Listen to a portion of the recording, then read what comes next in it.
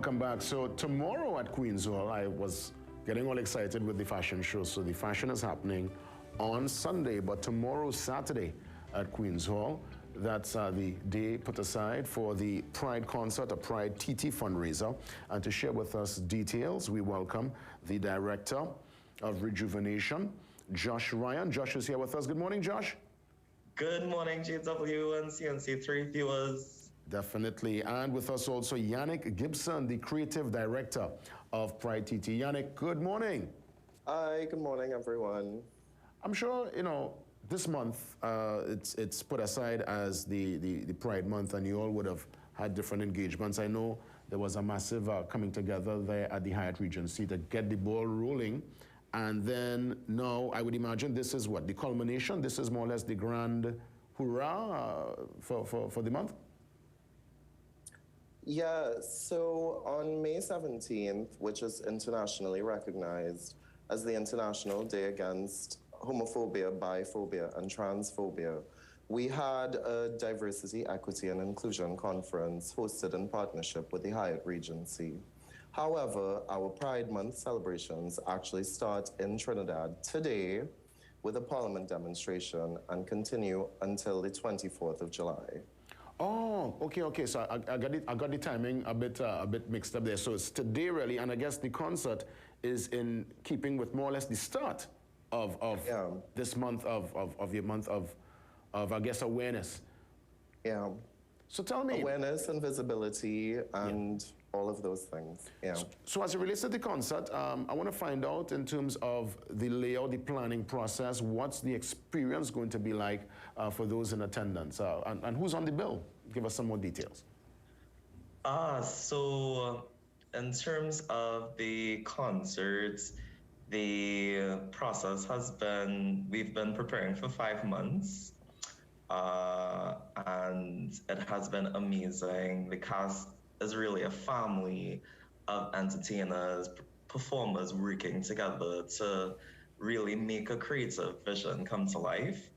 And it's people from different backgrounds, you know, allies, community members, young, a little bit older. We're all in it together. And we just want to have fun and entertain everyone. And we want to take our viewers, concert attendees through a range of emotions of celebration and happiness and sadness, and we have an in memoriam during the concert.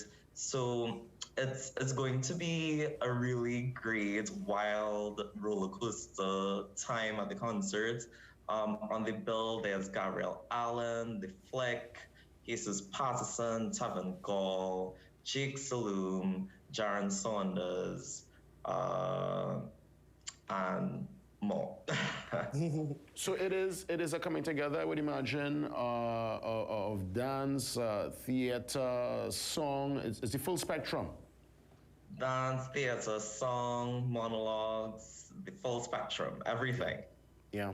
You know, it must obviously be, I guess, an exciting time for the Pride movement, because here it is now, a major space like Queen's Hall. I know from what I've been told in the past, shows would have gone on, but probably in smaller spaces. I'm thinking here now, you're going into Queen's Hall. This is going to be a grand affair.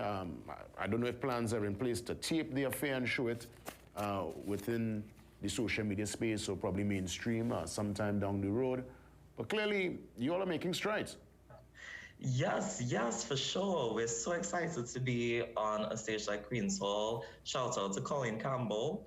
And we are recording for future release of the show, but what we're gonna focus on tomorrow is entertaining our concert goers.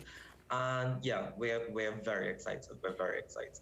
Do you still go through any hardships, any, you know, we live in Trinidad and Tobago, and we know the fabric and the culture. Yes, we are tolerant, but there are those too who might be a bit on the side of not probably wanting to have that conversation or understand what the Pride movement is all about. Do you address these issues? I know you mentioned in the show there are different spectrums. You're going to take people to the realm of laughter and probably you might provoke thought. Are you going to Yes. address some of these these hard-hitting issues on stage? Oh, JW, thank you so much for that question because you hit the nail on the head. We definitely are going to address some of these issues on stage. It's very important, for people to understand that regardless of belief, of background, of situation, that we're all human beings and all we want is to exist and experience love and experience dignity. And that is exactly what we address in the show. We have a lovely monologue from a non binary person who describes a coming out experience. And, the set lists, a lot of the songs and a lot of the performances are really geared towards provoking thoughts, realizing the sorts of elements of reconciling your identity as a Trinbagonian, but also as a member of the LGBT community, where on some hands that may not be the easiest thing because of discrimination and prejudice in the society. But we want LGBT people to feel proud of being Trinidadian as well as being themselves and finding the space to make those two meet. Yeah. I want to bring Yannick back into the conversation, Yes. Josh.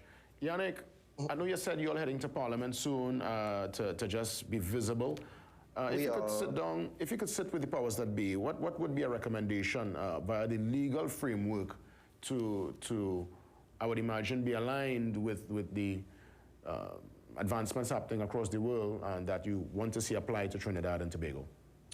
Well, I think that the persons sitting in power, the policymakers, the change makers, etc., they need to recognize that we contribute just as much as any other Trinbagonian to this country.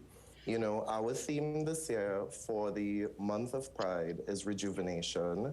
There's emphasis on nation because, we want people to know that even though PrideTT as an organization has only existed for 5 years, that we as queer persons have been here. We have contributed just as much as anyone to the fabric, to the diversity of this beautiful country that we all love, So I would want them to recognize that and to put things in place so that we can have equal protections as well, whether it be legal, whether it be healthcare, etc.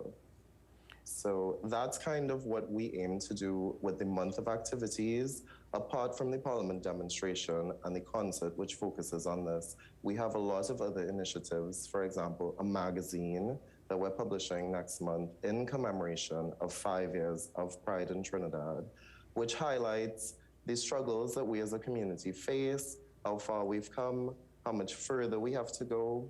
And there's a lot of interesting tidbits that show that we have been here from independence, from even before independence. There have been queer celebrations in the 60s, in the 70s. So this is not a new movement. And in trying to be a major player on a global scale, this exclusion of a certain, facet of our population is really keeping us back. Yeah. I would imagine you mentioned those celebrations that took place decades ago. I can only imagine those probably would have been speakeasies in a very quiet format. But now I would imagine with PrideTT and with the coming out more or less into the fabric, because as you mentioned, you're part of the fabric. And you're coming into the light. I want to find out how many people are part of the PrideTT movement. I know you said it's 5 years so far, very young organization. Are you all into the hundreds, the thousands? How many make up, we're talking here, members and even the allies? I mean, there are hundreds of people that attend our events. On social media, we get a lot of followers, a lot of traction, a lot of people who want to engage with these events. But I think sometimes they are a bit apprehensive because of fear of backlash or even possibly some of the vitriol we could see online. When our calendar was posted, we had a lot of people message us interested in attending a lot of these things, supporting a lot of our initiatives. But then when you go online on social media, it's kind of like the naysayers are the ones that are very visible there. You know, so we also want to let people know that these are well-attended events. You know, they are safe. We have a lot of protocols put in place, you know, for safety measures, etc., like that. So there's nothing to be afraid of. As Josh said, we really just want to celebrate with each other, celebrate being, you know, part of the queer community, celebrate being Trinbagonian, and just celebrate being ourselves. I want to thank you there, Yannick. I'll give Josh the final say. Give us details again, Josh, before we take the pause, as to timing, ticket availability, and again, just the general breakdown of the show. We have about a minute again. Okay, great. Thank you. So the show's at Queen's Hall this Saturday. Tickets are available at Queen's Hall box office. You can purchase them online from queenshalltt.com. Or you could DM us at our PrideTT social media on Instagram, Twitter, Facebook, and a committee member will be in touch and we could drop tickets off for you. The show's at 7 p.m., but also from 6, we have some booths that are coming to support.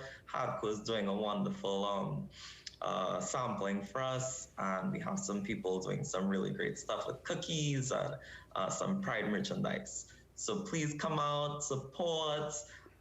The performers are really excited to give their work to you, so we're looking forward to it. Josh Ryan, Director, Rejuvenation, and Yannick Gibson, Creative Director, PrideTT. Thank you for coming on, and all the best tomorrow. Thank you very much. Thank you so much, DW. Yeah. Yes. We're going to come back after the pause. As mentioned, big announcement to be made. So we gave you details concerning shows happening tomorrow and Sunday at Queen's Hall, but now we get you ready for the rest of the year. Something very spectacular, major, global is taking place, and we are involved. Full details after the break.